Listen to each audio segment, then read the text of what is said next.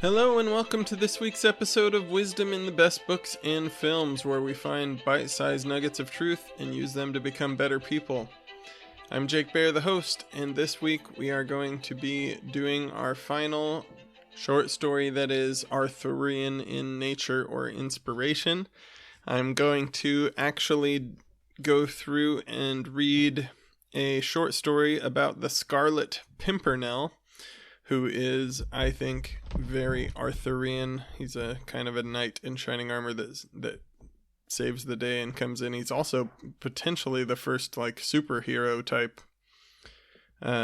person that's been written, as far as I know. But there are others. There is, just to list a few of my favorites, there's Philip Marlowe, who is a detective written by Raymond Chandler. His stories are very explicitly Arthurian and often will note something about Arthurian type knights just as a side comment in those stories. Philip Marlowe's kind of the good man in a hard situation that does good things even though he's kind of a rough guy. Almost an anti-hero like in some places. There is also Zorro, which is also very similar to the Scarlet Pimpernel. I loved the 1960s Zorro TV series with Guy Williams as the lead for playing Zorro, or Don Diego. Those are great. And there's also Sam Spade from The Maltese Falcon by Dashiell Hammett. Great TV adaptation, or movie adaptation rather, from the Humphrey Bogart movie back in the 30s or 40s, that time frame. Great movie. So if you're interested, there was a lot of, I think, the old detective shows and a lot of those types of stories that very much reflect the Arthurian themes of honor and loyalty and self-sacrifice and looking for using power to protect and help people. But this week we are doing The Scarlet Pimpernel. This is from The League of the Scarlet Pimpernel by Baroness Orczy. I don't know how you say her name. She wrote all of the Scarlet Pimpernel books. The League of the Scarlet Pimpernel is a collection of short stories that are all about the Scarlet Pimpernel. I first came across these stories because I watched the movie The Scarlet Pimpernel, which I think was made in maybe the 70s, 80s time frame, and is a fantastic movie. If you have not seen it, you should. But these short stories are also great, and I have not read the full novel series yet, but this one that I'm going to read today is called The Old Scarecrow, and it's just one of the many good short stories in this book.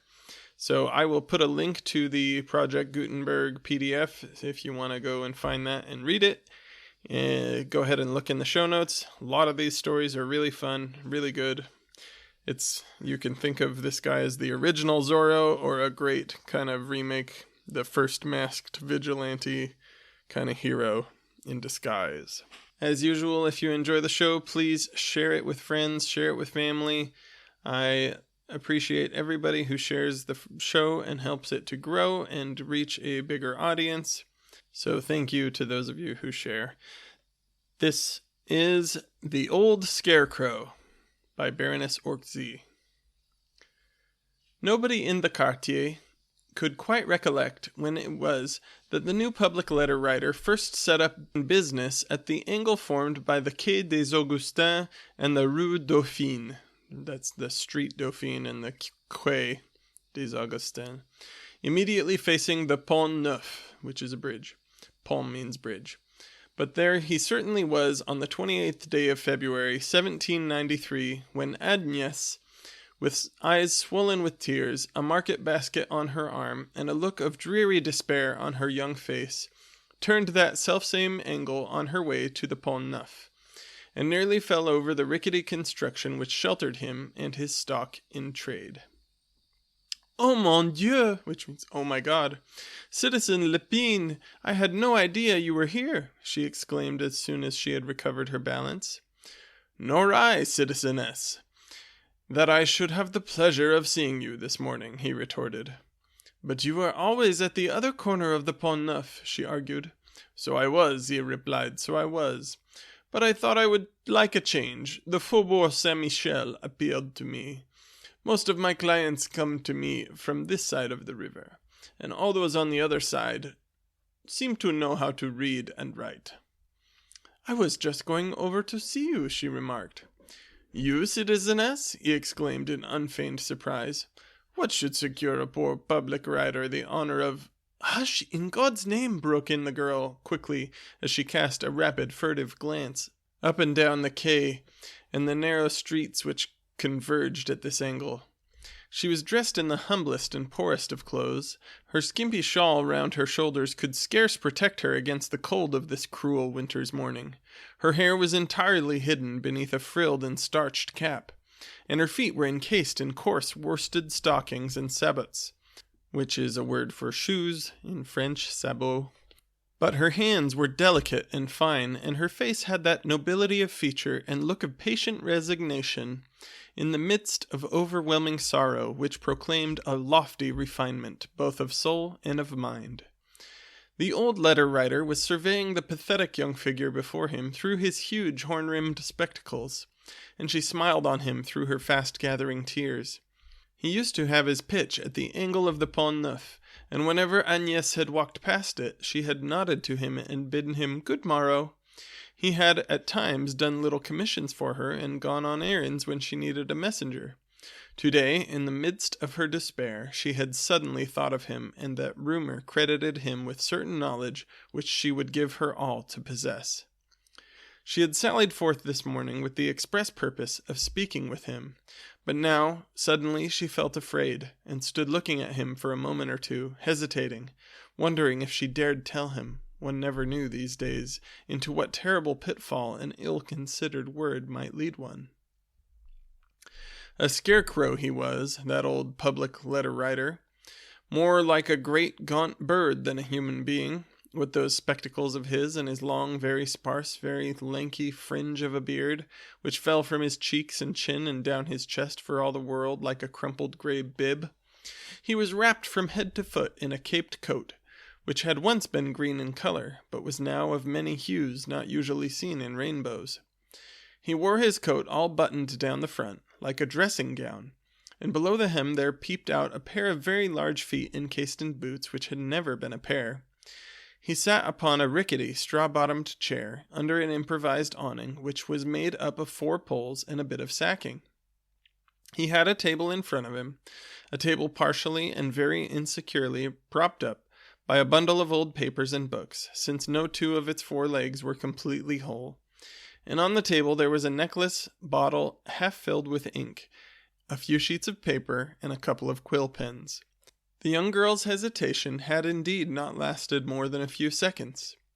Furtively, like a young creature terrified of lurking enemies, she once more glanced to right and left of her and down the streets and the river bank, for Paris was full of spies these days.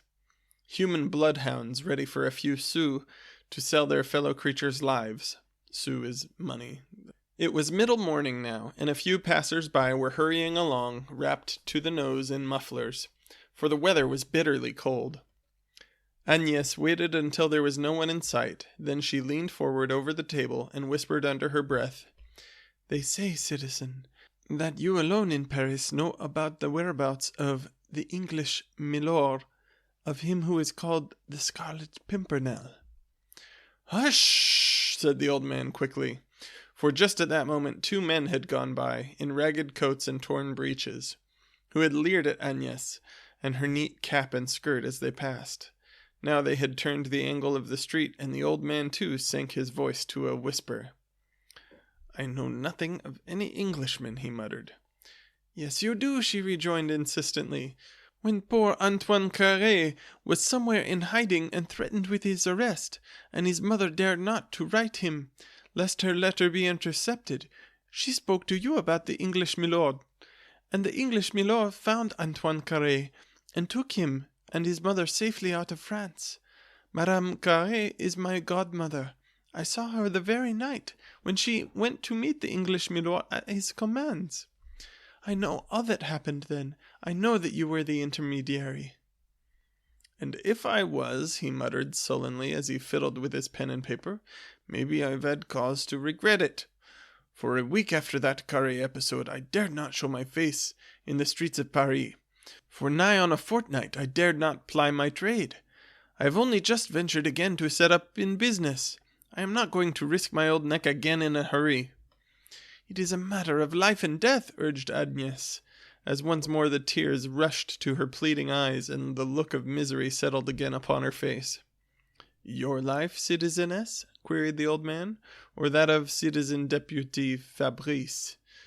"Hush!" she broke in again, as a look of real terror now overspread her face. Then she added under her breath, "You know?" "I know that Mademoiselle Agnès de Lucines is fiancée to the citizen deputy Arnaud Fabrice," rejoined the old man quietly, "and that it is Mademoiselle Agnès de Lucines who is speaking with me now." "You have known that all along?" "Ever since Mademoiselle first tripped past me at the angle of the Pont Neuf, dressed in winsey kirtle and wearing sabots on her feet." "But how?" she murmured, puzzled, not a little frightened, for his knowledge might prove dangerous to her. She was of gentle birth, and as such an object of suspicion to the government of the Republic and of the Terror. Her mother was a hopeless cripple, unable to move. This, together with her love for Arnaud Fabrice, had kept Agnès de Lucines in France these days, even though she was in hourly peril of arrest. "Tell me what has happened," the old man said, unheeding of her last anxious query. "Perhaps I can help." "Oh, you cannot. The English milord can and will only if we could know where he is. I thought of him at the moment I received that awful man's letter, and then I thought of you." "Tell me about the letter, quickly," he interrupted her with some impatience. "I'll be writing something, but talk away.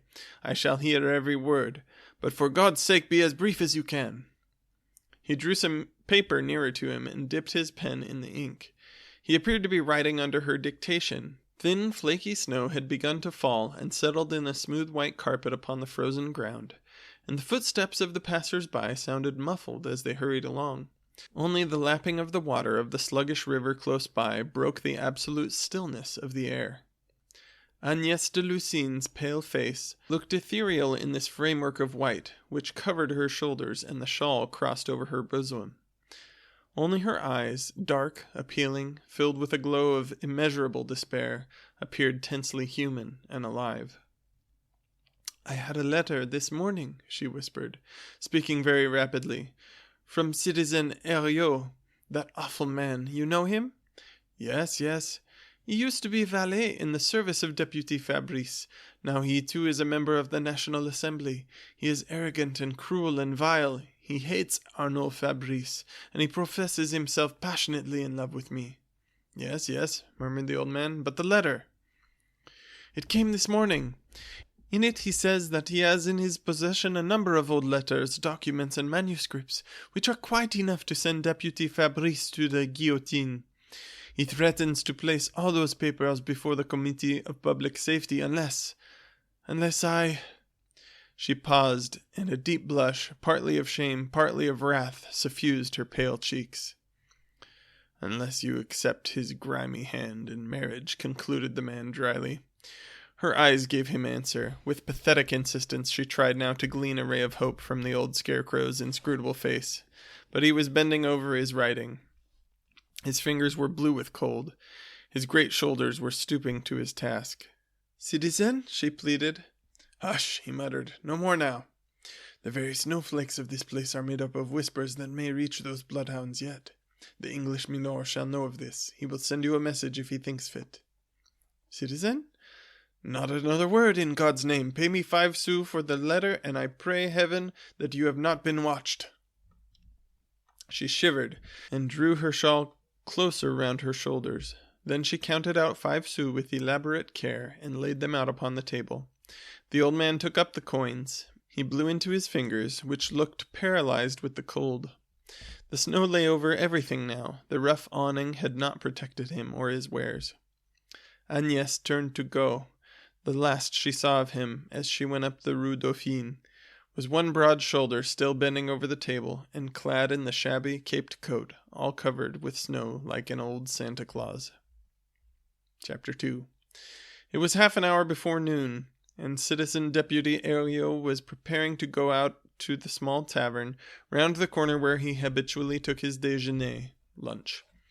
Citizen Rondeau, who for the consideration of 10 sous a day looked after Herriot's paltry creature comforts, was busy tidying up the squalid apartment which the latter occupied on the top floor of a lodging house in the Rue Cocatrice.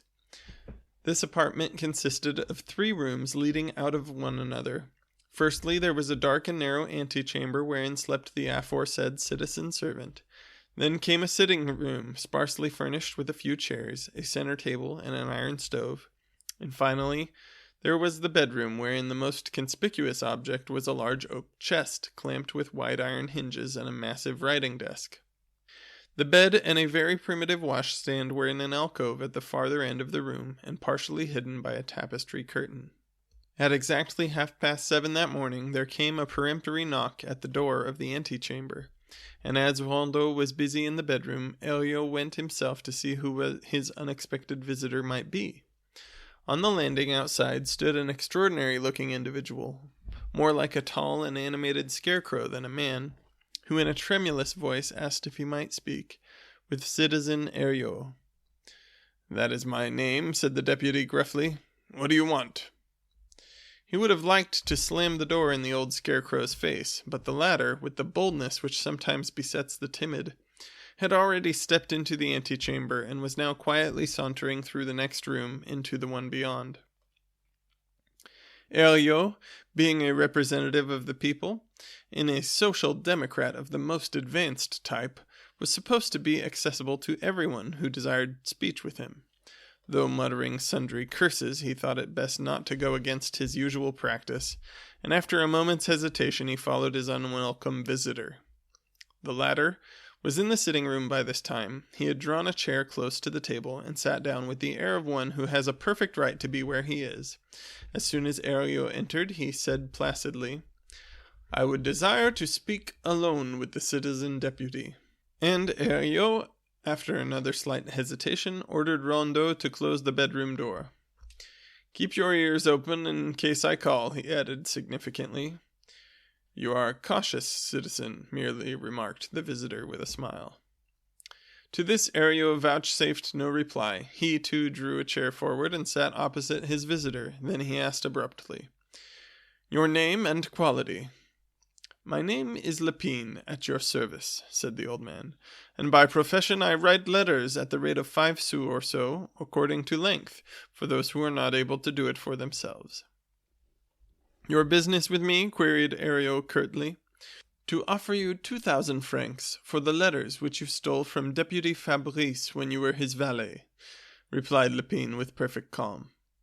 In a moment Herriot was on his feet, jumping up as if he had been stung. His pale, short-sighted eyes narrowed till they were mere slits, and through them he darted a quick, suspicious glance at the extraordinary, out-at-elbows figure before him. Then he threw back his head and laughed till tears streamed down his cheeks and his sides began to ache. "This is a farce, I presume, citizen," he said when he had recovered something of his composure. "No farce, citizen," replied Lepine calmly. "The money is at your disposal whenever you care to bring the letters to my pitch at the angle of the Rue Dauphine at the Quai des Augustins, where I carry on my business." "Whose money is it? Agnès de Lucine, or did that fool Fabrice send you?" "No one sent me, citizen. The money is mine. A few savings I possess. I honor citizen Fabrice. I would wish to do him service by purchasing certain letters from you." Then, as Herriot, moody and sullen, remained silent and began pacing up and down the long bare floor of the room, Lepine added persuasively, "Well, what do you say? 2,000 francs for a packet of letters. Not a bad bargain in these hard times." "Get out of this room," was Herriot's fierce and sudden reply. "You refuse? Get out of this room!" "As you please," said Lepine, as he, too, rose from his chair. "But before I go, citizen Herriot," he added, speaking very quietly, "let me tell you one thing. Mademoiselle Agnès de Lucine would far sooner cut off her right hand than let yours touch it, even for one instant. Neither she nor Deputy Fabrice would ever purchase their lives at such a price." "And who are you, you mangy old scarecrow?" retorted Ario, who was getting beside himself with rage, "that you should assert these things? What are those people to you, or you to them, that you should interfere in their affairs?" "Your question is beside the point, citizen," said Lepine blandly. "I am here to propose a bargain. Had you not better agree to it?" "Never!" reiterated Ario emphatically. 2,000 francs, reiterated the old man imperturbably. "Not if you offered me 200,000, retorted the other fiercely. "Go and tell that to those who sent you. Tell them that I, Ario, would look upon a fortune as mere dross against the delight of seeing that man Fabrice, whom I hate beyond everything in earth or hell, mounted upon the steps of the guillotine. Tell them that I know that Agnès de Lucine loathes me, and I know that she loves him. I know that I cannot win her save by threatening him. But you are wrong, citizen Lepine," he continued, speaking more and more calmly as his passions of hatred and love seemed more and more to hold him in their grip. "You are wrong if you think that she will not strike a bargain with me in order to save the life of Fabrice, whom she loves. Agnès de Lucine will be my wife within the month, or Arnaud Fabrice's head will fall under the guillotine. And you, my interfering friend, may go to the devil, if you please." "That would be but a tame proceeding, citizen, after my visit to you," said the old man, with unruffled sang-froid, or cold blood. "But let me, in my turn, assure you of this, citizen Ario," he added, "that Mademoiselle de Lucine will never be your wife, that Arnaud Fabrice will not end his valuable life under the guillotine, and that you will never be allowed to use against him the cowardly and stolen weapon which you possess." Ario laughed, a low, cynical laugh, and shrugged his thin shoulders. "And who will prevent me, I pray you?" he asked sarcastically. The old man made no immediate reply, but he came just a step or two closer to the citizen deputy, and suddenly drawing himself up to his full height, he looked for one brief moment down upon the mean and sordid figure of the ex-valet. To Ario, it seemed as if the whole man had become transfigured. The shabby old scarecrow looked all of a sudden like a brilliant and powerful personality. From his eyes there flashed down a look of supreme contempt and of supreme pride. And Ario, unable to understand this metamorphosis, which was more apparent to his inner consciousness than to his outward sight, felt his knees shake under him, and all the blood rush back to his heart in an agony of superstitious terror. From somewhere there came to his ear the sound of 2 words, "I will," in reply to his own defiant query. Surely those words, uttered by a man conscious of power and of strength, could never have been spoken by the dilapidated old scarecrow who earned a precarious living by writing letters for ignorant folk. But before he could recover some semblance of presence of mind, citizen Lepine had gone, and only a loud and merry laugh seemed to echo through the squalid room. Ario shook off the remnant of his own senseless terror. He tore open the door of the bedroom and shouted at Rondeau, who truly was thinking that the citizen deputy had gone mad. "After him! After him! Quick, curse you!" he cried. "After whom?" gasped the man. "The man who was here just now, an aristo." "I saw no one but the public letter writer, old Lepine. I know him well." "Curse you for a fool!" shouted Ario savagely. "The man who was here was that cursed Englishman, the one they call the Scarlet Pimpernel. Run after him! Stop him, I say!" "Too late, citizen," said the other placidly. "Whoever was here before is certainly halfway down the street by now." Chapter 3. "No use, folks," said Sir Percy Blakeney to his friend half an hour later. "The man's passions of hatred and desire are greater than his greed." The 2 men were sitting together in one of Sir Percy Blakeney's many lodgings, the one in the Rue des Petits Pères, and Sir Percy had just put Sir Andrew Ffoulkes au fait with the whole sad story of Arnaud Fabrice's danger and Agnès de Lucine's despair. Au fait just means he brought him up to date. You could do nothing with the brute, then? Queried Sir Andrew. Nothing, replied Blakeney.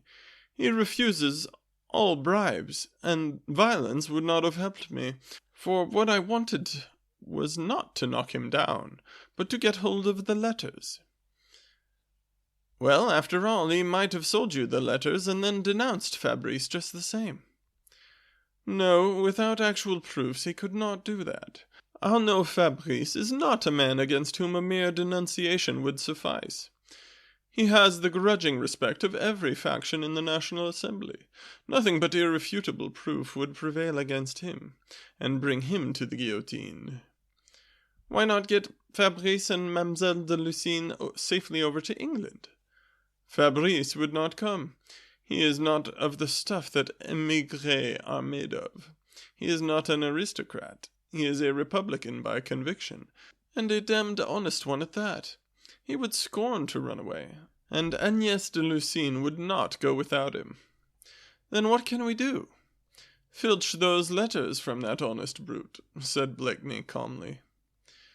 Housebreaking, you mean, commented Sir Andrew Ffoulkes dryly. Petty theft, shall we say, retorted Sir Percy. I can bribe the lout who has charge of Herriot's rooms and introduce us into his master's sanctum this evening when the National Assembly is sitting and the citizen deputy safely out of the way. And the two men, one of whom was the most intimate friend of the Prince of Wales and the acknowledged darling of London society, thereupon fell to discussing plans for surreptitiously entering a man's room and committing larceny, which in normal times would entail, if discovered, a long term of imprisonment, but which, in these days, in Paris, perpetrated against a member of the National Assembly, would certainly be punished by death. Chapter 4. Citizen Rondeau, whose business it was to look after the creature comforts of Deputy Herriot, was standing in the antechamber facing the two visitors whom he had just introduced into his master's apartments, and idly turning a couple of gold coins over it between his grimy fingers. And mind, you are to see nothing and hear nothing of what goes on in the next room, said the taller of the two strangers. And when we go there'll be another couple of louis for you. Is that understood? Yes, it's understood, grunted Rondeau sullenly, but I am running great risks. The citizen deputy sometimes returns at 10 o'clock, but sometimes at 9. I never know. It is now 7, rejoined the other. We'll be gone long before 9. Well, said Rondeau surlily, I go out now for my supper. I'll return in half an hour, but at 8:30 you must clear out. Then he added with a sneer, Citizen Legros and Degas usually come by with Deputy Herriot of nights, and Citizens Jonniot and Bompard come in from next door for a game of cards. You wouldn't stand much chance if you were caught here.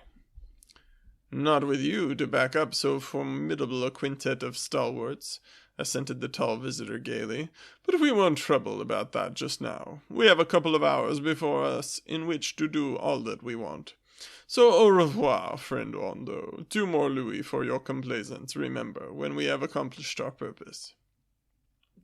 Rondeau muttered something more, but the two strangers paid no further heed to him. They had already walked to the next room, leaving Rondeau in the antechamber. Sir Percy Blakeney did not pause in the sitting room where an oil lamp suspended from the ceiling threw a feeble circle of light above the center table. He went straight through to the bedroom. Here, too, a small lamp was burning which only lit up a small portion of the room, the writing desk and the oak chest, leaving the corners and the alcove, with its partially drawn curtains, in complete shadow.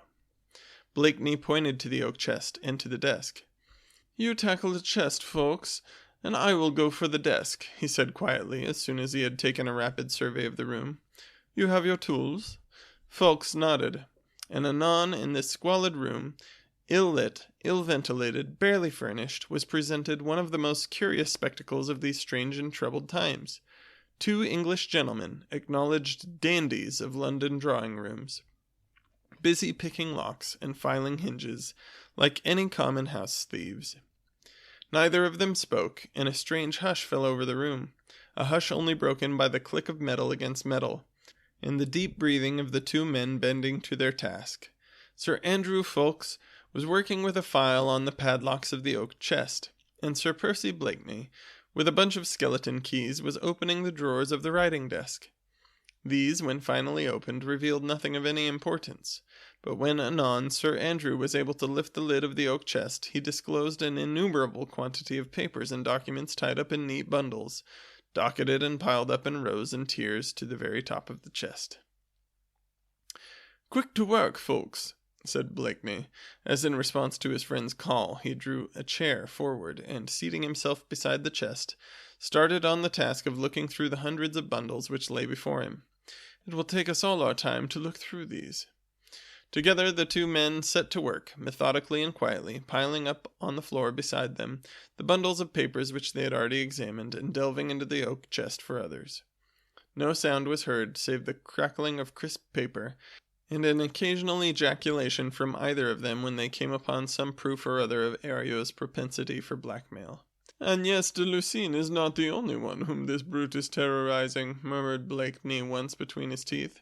"I marvel that the man ever feels safe alone in these lodgings, with no one but that weak-kneed Rondeau to protect him. He must have scores of enemies in this city who would gladly put a dagger in his heart or a bullet through his back." They had been at work for close to half an hour, when an exclamation of triumph, quickly smothered, escaped Sir Percy's lips. "By gad, folks," he said, "I believe I've got what we want." With quick, capable hands he turned over the bundle, which he had just extracted from the chest. Rapidly he glanced through them. "I have them, folks," he reiterated more emphatically as he put the bundle into his pocket. "Now everything back in its place, and—" Suddenly he paused, his slender hand up to his lips, his head turned toward the door, an expression of tense expectancy in every line of his face. "Quick, folks," he whispered, "everything back into the chest and the lid down." "What ears you have," murmured Fawkes as he obeyed rapidly and without question. "I heard nothing." Blakeney went to the door and bent his head to listen. "3 men coming up the stairs," he said. "They are on the landing now." "Have we time to rush them?" "No chance. They are at the door. 2 more men have joined them. I can distinguish Rondeau's voice, too." "The quintet," murmured Sir Andrew. "We are caught like 2 rats in a trap." Even as he spoke, the opening of the outside door could be distinctly heard. Then the confused murmur of many voices. Already Blakeney and Fawkes had with perfect presence of mind put the finishing touches to the tidying of the room, put the chairs straight, shut down the lid of the oak chest, closed all the drawers of the desk. "Nothing but good luck can save us now," whispered Blakeney as he lowered the wick of the lamp. "Quick now," he added, "behind that tapestry in the alcove, and trust to our stars." Securely hidden for the moment behind the curtains in the dark recess of the alcove, the 2 men waited. The door leading into the sitting room was ajar, and they could hear Herriot and his friends making merry irruption into the place. From out the confusion of the general conversation they soon gathered that the debates in the chamber had been so dull and uninteresting that at a given signal the little party had decided to adjourn to Herriot's rooms for their habitual game of cards. They could also hear Herriot calling to Rondeau to bring bottles and glasses, and vaguely they marveled what Rondeau's attitude might be like at this moment. Was he brazening out the situation, or was he sick with terror? Suddenly Herriot's voice came out more distinctly. "Make yourselves at home, friends," he was saying. "Here are cards, dominoes, and wine. I must leave you to yourselves for 10 minutes whilst I write an important letter." "All right, but don't be long," came the merry response. "Not longer than I can help," rejoined Herriot. "I want my revenge against Bompard, remember. He did fleece me last night." "Hurry on, then," said one of the men. "I'll play Degas that return game of dominoes until then." 10 minutes and I'll be back," concluded Herriot. He pushed open the bedroom door. The light within was very dim. The 2 men hidden behind the tapestry could hear him moving about the room, muttering curses to himself. Presently the light of the lamp was shifted from one end of the room to the other. Through the opening between the 2 curtains, Blakeney could just see Herriot's back as he placed the lamp at a convenient angle upon his desk, divested himself of his overcoat and muffler, then sat down and drew pen and paper closer to him. He was leaning forward, his elbow resting upon the table, his fingers fidgeting with his long, lank hair. He had closed the door when he entered, and from the other room now the voices of his friends sounded confused and muffled, now and then an exclamation, "Double! Je tiens! 5-2!" An oath, a laugh, the click of glasses and bottles came out more clearly. But the rest of the time these sounds were more like droning accompaniment to the scraping of Ario's pen upon the paper when he finally began to write his letter. 2 minutes went by, and then 2 more. The scratching of Ario's pen became more rapid as he appeared to be more completely immersed in his work. Behind the curtain the 2 men had been waiting, Blakeney ready to act, Fawkes ready, equally, to interpret the slightest signal from his chief. The next minute Blakeney had stolen out of the alcove, and his 2 hands, so slender and elegant-looking, and yet with a grip of steel, had fastened themselves upon Ario's mouth, smothering within the space of a second the cry that had been half uttered.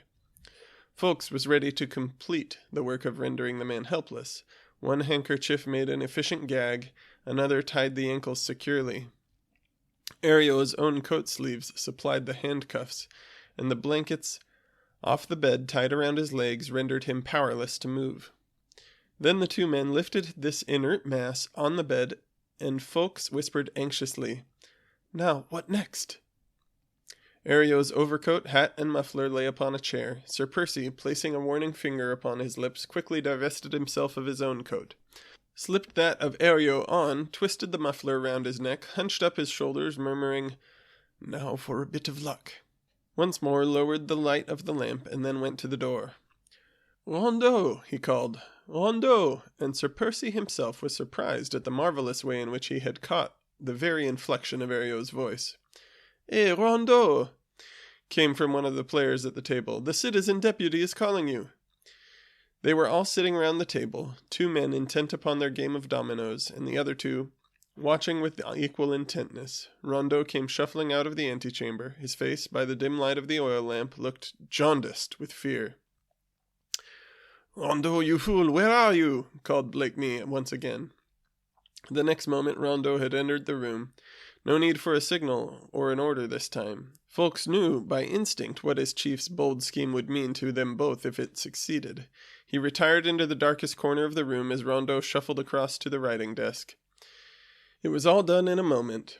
In less time than it had taken to bind and gag Ario, his henchman was laid out on the floor, his coat had been taken off him, and he was tied into a mummy-like bundle with Sir Andrew Fawkes' elegant coat fastened securely round his arms and chest. It had all been done in silence. The men in the next room were noisy and intent on their game. The slight scuffle, the quickly smothered cries, had remained unheeded. "Now, what next?" Sir Andrew Fawkes queried once more. "The impudence of the devil, my good Fawkes," replied Blakeney in a whisper, "and may our stars not play us false. Now let me make you look as like Rondeau as possible. There, slip on his coat. Now your hair over your forehead, your coat collar up, your knees bent, that's better," he added as he surveyed the transformation which a few deft strokes had made in Sir Andrew Fawkes' appearance.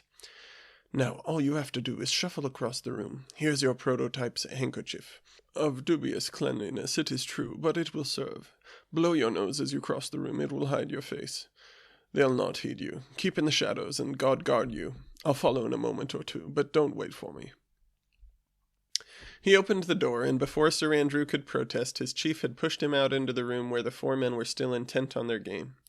Through the open door, Sir Percy now watched his friend, who, keeping well within the shadows, shuffled quietly across the room. The next moment Sir Andrew was through, and in the antechamber. Blakeney's acute, sensitive ears caught the sound of the opening of the outer door. He waited for a while, then drew out of his pocket the bundle of letters, which he had risked so much to obtain. There they were neatly docketed and marked, the affairs of Arnaud Fabrice. Well, if he got away tonight, Agnès de Lucine would be happy and free from the importunities of that brute Ario. After that he must persuade her and Fabrice to go to England and to freedom. For the moment his own safety was terribly in jeopardy. One false move, one look from those players round the table. Bah! Even then, with an inward laugh, he pushed open the door once more and stepped into the room. For the moment no one noticed him. The game was at its most palpitating stage. 4 shaggy heads met beneath the lamp, and 4 pairs of eyes were gazing with rapt attention upon the intricate maze of the dominoes.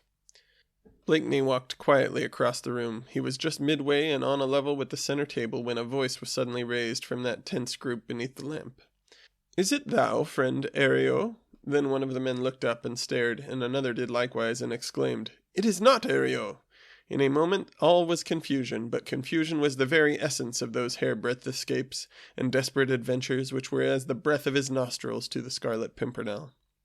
Before those 4 men had had time to jump to their feet, or to realize that something was wrong with their friend Ario, he had run across the room. His hand was on the knob of the door that led to the antechamber and to freedom.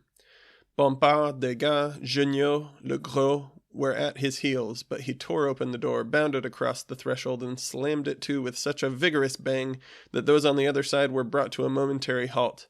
That moment meant life and liberty to Blakeney. Already he had crossed the antechamber. Quite coolly and quietly now, he took out the key from the inner side of the main door and slipped it to the outside. Next second, even as the 4 men rushed helter-skelter into the antechamber, he was out on the landing and had turned the key in the door. His prisoners were safely locked in Ario's apartments, and Sir Percy Blakeney, calmly and without haste, was descending the stairs of the house in the Rue Cockatrice. The next morning, Agnès de Lucines received, through an anonymous messenger, the packet of letters which would so gravely have compromised Arnaud Fabrice. Though the weather was more inclement than ever, she ran out into the streets, determined to seek out the old public letter writer and thank him for his mediation with the English milord, who surely had done this noble action. But the Old Scarecrow had disappeared. That's the end of the short story, The Old Scarecrow, about the Scarlet Pimpernel, from The League of the Scarlet Pimpernel by the Baroness Orczy. I gave a handful of my favorite recommendations for the kind of knight and shining armor type stories, and obviously there's other newer ones like Batman and stuff, but those are sometimes good too. I wanted to point out a random side comment. I have noticed a lot of people will have their kids watch just really terrible shows that are I don't know, not only just bad stories, but also don't have the good heroic morals and don't show the world with actual evil or any of those things because they don't think their kids can handle it or they won't be interested. There's enough really good content that you can show your kids good things. I mentioned that 1960s Zorro that I liked a lot as a kid. We've showed that to our kids, and our 7-year-old has dressed as Zorro for the last 2 years because he loves that show. So, find good shows to show your kids, good stories, short stories that show the world with real evil, but also with real heroes. I think that's an important thing. That is going to be the end of our Arthur-themed stories. Next week we will be starting a new theme, which is going to be related to science. I have an interview with Taylor Sparks coming up. I hope you show up to listen to it. It was a lot of fun to talk with him. That will be the start of a month or two that I will take to talk about different science things, and we'll probably morph it from like direct science into some science fiction over time. But for now, thank you for listening. And if you enjoy the show, please share it with friends, and we'll see you next week. The Scarlet Pimpernel by Sir Percival Blakeney, Baronet. They seek him here. They seek him there. Those Frenches seek him everywhere. Is he in heaven or is he in hell? That damned, elusive Pimpernel.